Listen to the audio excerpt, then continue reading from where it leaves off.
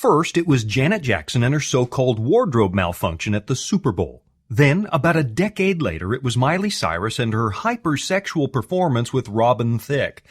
It's actually coming to the point where parents are wondering, is there anything left that my family can just enjoy? Or has our civilization now declined to the point where our culture resembles the ancient Romans, a culture that actually imploded on itself after centuries of success? And are the traditional boundaries we used to put around human sexuality a thing of the past? Have they become irrelevant? Or did our grandparents know something that our parents' generation let go of, and are we now living with the consequences of some really bad decisions? Today, on The Voice of Prophecy, we're going to ask the question, was the Leave It to Beaver world of the 1950s a joke? Or did they have something going for them? If you've got kids, you might want to listen to this. I'll be right back.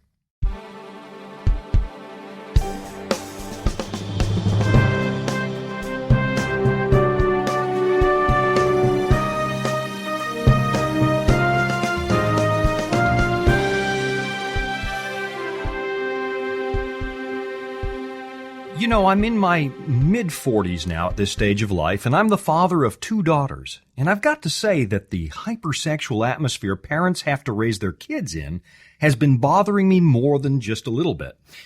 It's not that I don't trust my kids to make good choices, because they usually do. Both of my girls have really good heads on their shoulders, and I'm mostly confident that faced with a moral choice, faced with a tough decision, both of them would probably do the right thing. But that doesn't alleviate my concern that to be moral, today's kids have to swim upstream more than any other generation in modern history. I mean, let's face it. Ever since the 60s and 70s, and then the 80s and 90s, our culture has been steeped in an overt sexuality that hasn't exactly contributed to the health and happiness of the traditional family. I don't know what it was. Maybe it was the invention of the pill, or maybe it was the freewheeling attitudes of the hippie generation, or maybe it was the self-serving materialism of the 80s, or the fact that kids are hitting puberty younger and not getting married till they're pushing 30. Whatever it is, a lot of the sexual boundaries we used to pay attention to have just disappeared, to the point where we actually make fun of people who try to live moral lives. Are you a virgin? Well, that's laughable. A kid that waits for marriage used to be a kid everybody could respect, the kind of kid you'd want to marry your daughter. But now we make fun of that same kid and assume that something is wrong with him, because, who still waits in this day and age, other than people who don't have a choice? And of course, our whole idea of what's attractive in a human being has been shifting a lot too. What people think is sexy, what people call hot, to use the street language, the vernacular, that's all been skewed to the point where our most beautiful people, the beauty icons, those people who don't actually exist anywhere because you only ever see them after they're photoshopped. So my kids and your kids, they go and look in the mirror and they don't exactly look like the billboard or the magazine cover that they saw. So they think there's something wrong with them. They don't understand that those beautiful people don't exist anywhere except on a hard drive. So what do our kids do? They waste a lot of valuable time trying to fix their looks, trying to meet a non-existent standard, instead of acquiring the actual skills they need for a happy, productive life, instead of investing their time in the things that really matter. And don't even get me started on the messages kids are getting from the TV shows they watch. It used to be that our favorite fictitious families were the Cleavers from Leave It to Beaver or the Huxtables from The Cosby Show. Those were families with a mom and a dad and relatively well-adjusted kids, and they dealt with family-type issues. But now it seems that you can't have a TV family unless it's broken, or at the very least you have a middle-aged dad who's portrayed as a moron that everyone else in the family makes fun of and tolerates. Personally, that's one thing I find really troubling. It kind of seems like middle-aged guys are the last whipping board on earth, the one group of people that you're allowed to make fun of with impunity. And the fact is, I see it reflected in the attitudes of real families all the time. Dad's an idiot. It's okay to laugh at Dad. Nobody listens to what he says. He's just a lovable buffoon at best and a caveman at worst. Look, I understand that back in the 1950s, nobody's family actually looked like Ward and June Cleaver. I get that. Real people don't solve their problems in 28 minutes with a Band-Aid solution. Families have never really looked like TV. And families in the 50s were hardly a paradise because people have always been abusive. Divorce has always been a heartbreaking crisis that ruins families and damages children. And not every problem has a happy ending. I get that. But at least in the old days, and I can't even believe I'm talking about the old days, that I'm old enough to refer to them. But in the old days, with Leave It to Beaver and The Cosby Show, we were still hanging on to this dream, to this positive image. We were still holding out hope. We still believed that strong families were a good idea or even a possibility. We still believed that marriage could actually go the distance, that when you said for better or for worse in the church, you really meant that. When we said in good times and bad times, we really meant that. When we said that marriage was for life, we meant it, and we kept our word. But to this generation, it all kind of seems naive. And the models and boundaries we used to have for marriage and sex and the family, well, it's not even that people don't believe in them anymore. A lot of kids don't even know about them. And if they do know about them, they have no idea why. For thousands of years, human beings thought those boundaries were a good idea. It's become forgotten knowledge. It's ancient history. It might as well be written in hieroglyphics or scrawled on a sheepskin with a feather quill. You know, we've actually come to the point where 3 out of 10, and you heard that number right, 3 out of 10, 30% of American girls are going to be pregnant before the age of 20. Now, historically, that's not all that shocking because in past generations, a lot of kids were married by the time they were 20 or even a little bit younger. But I'm not talking about married kids. I'm talking about unmarried kids. Today, it's almost as common to be born out of wedlock as it is to be born in wedlock. It's almost as common to be born to one parent as it is to two.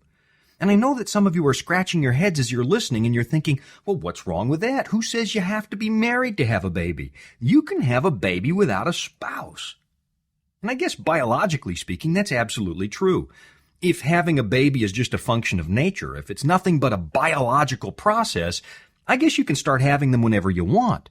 You just have to hit puberty and you start making babies. And I guess if you don't believe that kids should have a mom and a dad and a little bit of permanence and stability in their life, then go right ahead. But before you do it, don't ignore some of the realities. Don't ignore the fallout that comes in the wake of a decision like that.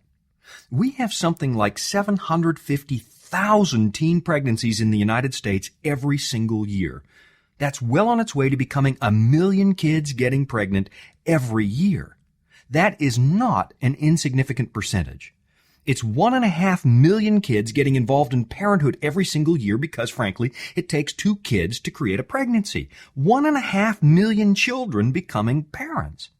And statistically, it has devastating consequences, particularly for girls, because more often than not, a teenage dad either just disappears into the woodwork or he's encouraged to go away. 80% of teen dads are never going to marry the girl. So if the girl is lucky, she'll have some family support. But then again, the statistical odds against her are not very pretty. According to some studies that I've seen, less than 2% of pregnant teens actually manage to finish college before the age of 30. And parenthood is the number one reason that teenage girls just drop out of school altogether. Now, that's not to say that a teenage mother can't make it. If you happen to be a teenage parent, please don't misunderstand what I'm saying. If you're working your way through the choice you've made and you're providing for your child and making a better life for yourself, my hat is absolutely off to you. You are winning an uphill battle and you're making us all proud by taking responsibility. I actually applaud you for doing the right thing. You are going to be a phenomenal mother or father. But it still really bothers me that we seem to mock traditional morality when traditional morality could have prevented so much hardship and could have prevented so much heartbreak. I still want to know, why do we scorn the idea of waiting for marriage? Was that really so bad? Did thousands of years of our ancestors really get it wrong? Or did they know something that we're going to have to relearn the hard way? Now, I'm going to be back in just a moment to talk more about that, so I don't want you to go anywhere. But right now I'm going to take a little break to tell you about our world-class in-home Bible study course. And I think you're going to want to know about it because it has literally changed tens of thousands of lives all over the world. So don't go away. I'll be right back. Life and its daily challenges can weigh us down, even when we have the best of intentions, leaving us with more questions than answers. Is it possible to have true peace and happiness in life? Are you searching for answers to this and other of life's most challenging questions? The Discover Bible Guides will help you find the answers you're looking for. Visit us at BibleStudies.com or give us a call at 888-456-7933 for your free Discover Bible Guides. Study online or on our secure website, or have the free guides mailed right to your home. There is never a cost or obligation. The Discover Bible Guides are our free gift to you. Find answers in guides like The Secret of Happiness and Is God Fair? You'll find answers to the things that matter most to you in each of the 26 Discover Bible Guides. Visit BibleStudies.com and begin your journey today to discover answers to life's deepest questions. All right, we're back from the break, and I'm hoping you took advantage of it. The Discover Bible School is a lifetime opportunity if you've ever wanted to understand the Bible better for yourself. And now let's get back to what we were talking about before we took the break. You know, it used to be that people assumed that sex was best inside marriage, that it was better to have one partner for life, that the human experience was actually richer and deeper with one lifetime partner. But now it seems like we're telling a different story. It seems like we believe that the hookup is normal and a lifelong committed marriage is the exception. And what really baffles me is the way that traditional morality is getting blamed for the problems we have. It boggles my mind the way that Christians in particular are derided for suggesting that marriage actually makes sense, that it's a good idea for kids to have a mom and a dad. It's like they're holding out some sort of impossible ideal, the Christians, that nobody could conceivably live up to. And maybe that's where the real problem is. We've become convinced that humans are little more than modestly intelligent animals. We believe that every desire we have has to be met immediately. If you're hungry, eat. If you're thirsty, drink. If you're bored, just do it. And if you're sexually aroused, well, go for it. There aren't going to be any negative consequences, we tell ourselves, because you're just following instinct and being true to yourself. Except that we should be cluing in by now that our Western lifestyle has some very serious consequences. We eat whatever we want, but about a third of us are now obese. We buy whatever we want whenever impulse grabs us, and now the average credit card debt is something like $15,000 a household. That's almost enough money for a new small car.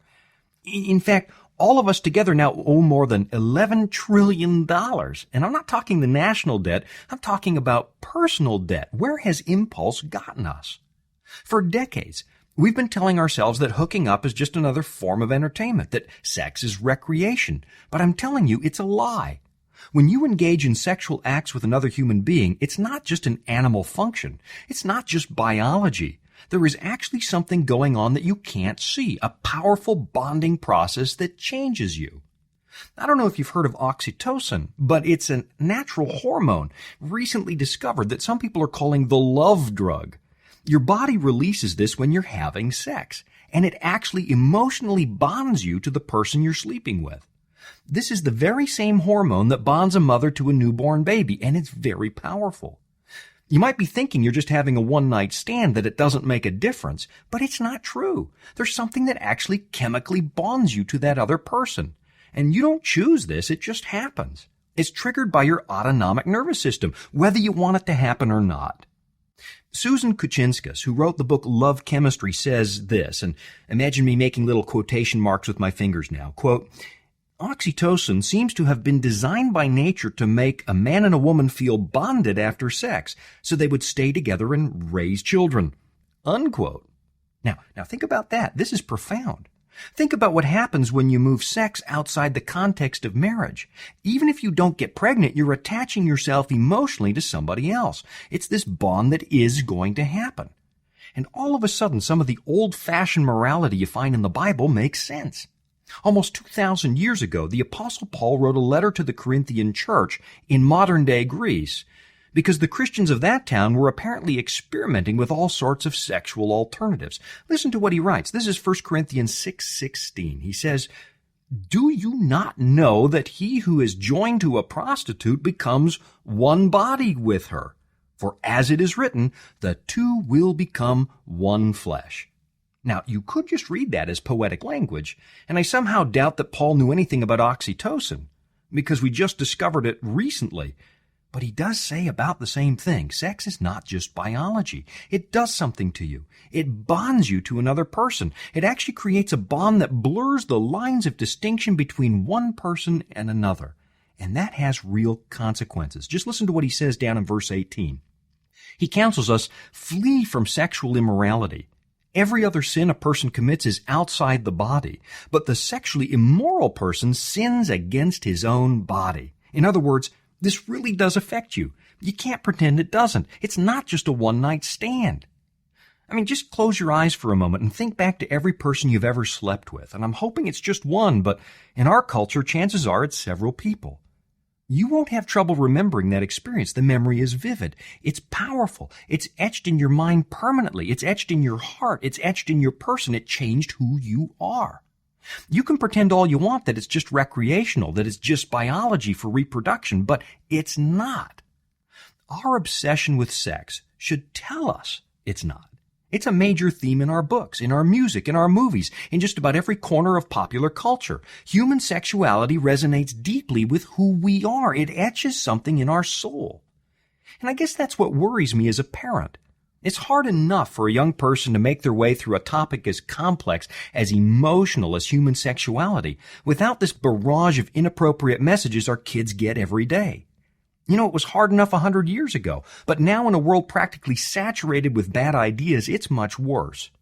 So maybe this is really a plea to all the parents who are listening today to be actively involved, to become the go-to source for information for your kids. Because trust me, if you don't step up to the plate, there are lots of people who will, and they are not intent to help your kids set the table for a lifetime of fulfilling, committed relationship.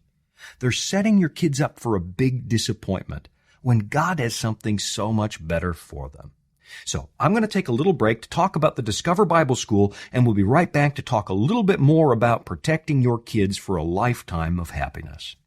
Do you feel as if you have more questions than answers in your life? Where is God when people suffer? Can I find real happiness? And is there any hope for our chaotic world?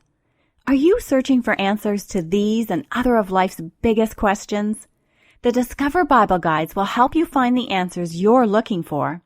Visit us at BibleStudies.com or pick up the phone and call us at 888-456-7933 for your free Discover Bible Guides.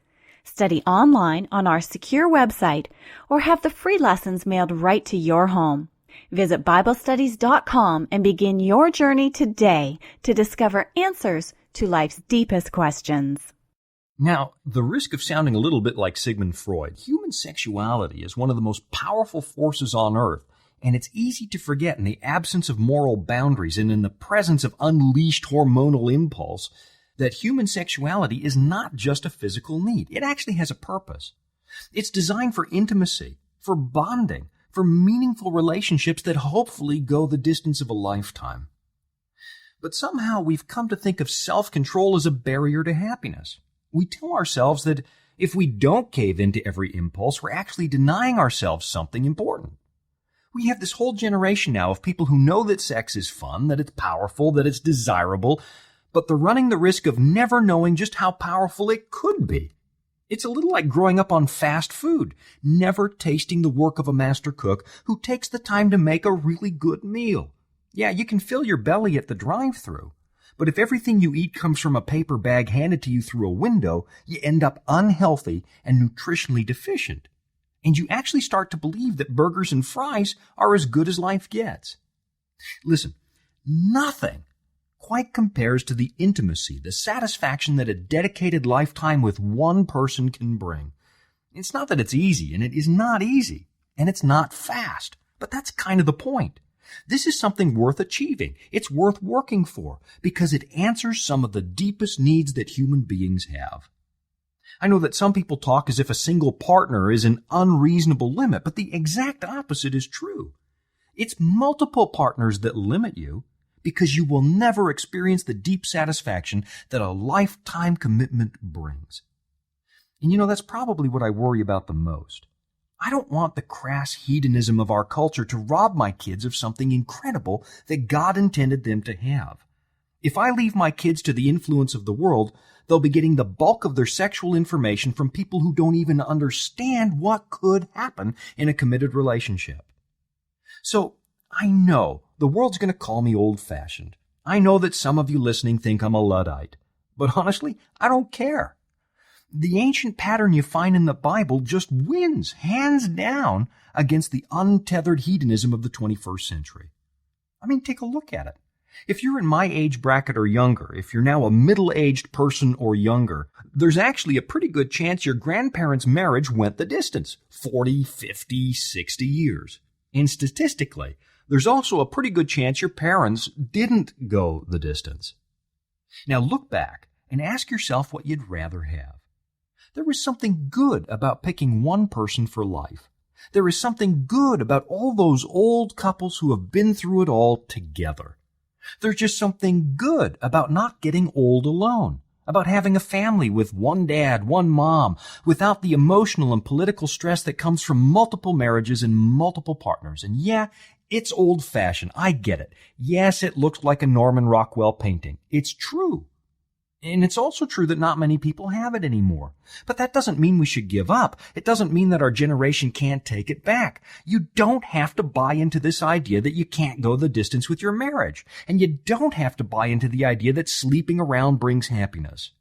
Look, I've been a pastor for more than 20 years, and I've seen a lot of pain and heartbreak. So let me tell you what they never tell you on TV or in Las Vegas. There's a lot of suffering at the end of the road if you choose to believe that there's such a thing as casual sex. And I can also tell you that I've never ever had someone come to me and say, "Am I ever sorry I saved myself for marriage?" It never happens. I've had lots of people say just the opposite.